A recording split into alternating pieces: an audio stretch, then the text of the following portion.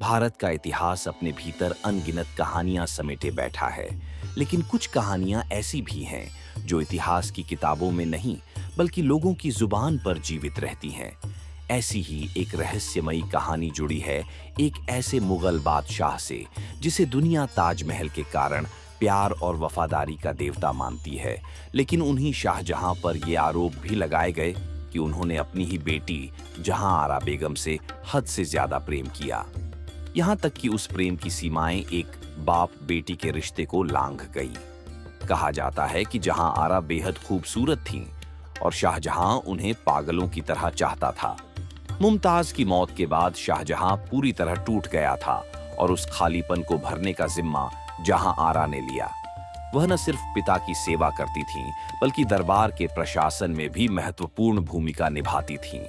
इतिहासकार बर्नियर लिखते हैं कि जहां आरा की निगरानी के बिना बादशाह के दस्तरखान पर एक निवाला तक नहीं परोसा जाता था।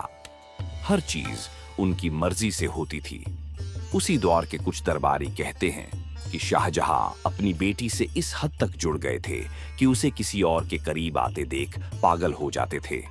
एक किंवदंती के अनुसार जब जहां आरा के प्रेमी की भनक शाहजहां को लगी तो उसने उसे जिंदा जला दिया।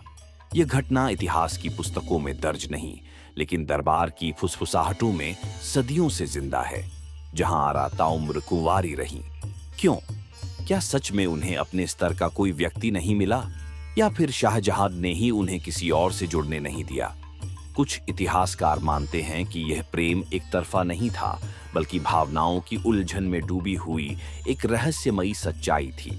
वहीं दूसरी तरफ फ्रांसीसी यात्रियों ने अपनी किताबों में साफ तौर पर लिखा कि शाहजहां मुमताज की मौत के बाद अपनी बेटी की तरफ आकर्षित होने लगे थे। उनका कहना था कि मुमताज की मौत के बाद शाहजहां ने दो वादे किए। पहला कि वह किसी और से विवाह नहीं करेगा, और दूसरा कि मुमताज की याद में दुनिया की सबसे खूबसूरत इमारत बनवाएगा। ताजमहल तो बना, लेकिन पहला वादा टूट गया। दरबारी दस्तावेज और विदेशी यात्रियों की किताबों में उल्लेख है कि मुमताज की बहन से शाहजहां ने विवाह कर लिया, और कुछ दावे तो यहां तक करते हैं कि उसने जहां आरा को अपनी बेगम का दर्जा तक दे दिया था। लेकिन क्या ये सब सिर्फ आरोप हैं, या इनके पीछे कोई आधार है? इतिहासकार निकोलाओ मनुच्ची इस पूरे विचार को खारिज करते हैं। वे इसे पूरी तरह दरबारी गप कहते हैं, लेकिन वह भी मानते हैं कि जहां आरा को लेकर शाहजहां की भावना बाकी बच्चों से अलग थी। दूसरी ओर बर्नियर ने लिखा कि शाहजहां जहां आरा से असाधारण रूप से जुड़ा हुआ था, और दरबार में उनके प्रेम का प्रभाव कई स्तरों पर दिखता था। इतिहास की परतें खोलें तो हमें शाहजहां का एक और चेहरा दिखता है। एक ऐसा चेहरा जो अपने बेटे दारा शिकोह और औरंगजेब के बीच संघर्ष में और अपनी सत्ता की हानि में खो गया था। जहां आरा ने दारा शिकोह का साथ दिया, लेकिन जब औरंगजेब ने सत्ता हथियाली और शाहजहां को आगरा के किले में कैद कर लिया, तब वही जहां आरा अपने पिता की देखभाल के लिए किले में उसके साथ रहने लगी, बिना विवाह किए, अकेली। इस पूरे रहस्य की सबसे विचित्र बात यह है कि मुमताज की मौत के बाद जन्मी उनकी 14वीं संतान गौहर आरा को शाहजहां ने कभी पसंद नहीं किया। वो बच्ची जिसने जन्म लेते ही उसकी प्रिय पत्नी को उससे छीन लिया। लेकिन जहां आरा, जो मुमताज जैसी ही दिखती थी, उसकी चाल, उसकी बात, उसकी आभा मुमताज से मिलती जुलती थी। वही शाहजहां की जिंदगी की सबसे करीबी इंसान बन गई। इतिहासकार कहते हैं, मुमताज के बाद अगर कोई शाहजहां के दिल में रही तो वो सिर्फ और सिर्फ जहां आरा थी। तो क्या ये रिश्ता सिर्फ मोहब्बत से भरी बेटी की सेवा थी, या कुछ ऐसा जो कहना मुश्किल है पर महसूस किया जा सकता है?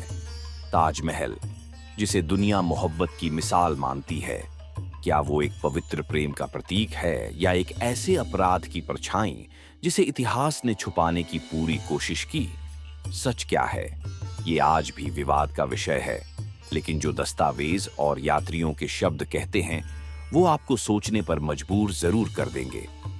अगर आपको यह कहानी चौंकाने वाली लगी तो वीडियो को लाइक करें, कमेंट में बताएं, क्या यह सिर्फ एक अफवाह है या एक दबा हुआ सच? और सब्सक्राइब करें मिथिहास चैनल को, क्योंकि हम लाते हैं इतिहास की सबसे अनकही कहानियां जो किताबों से नहीं सच्चाई की तहों से निकलती हैं।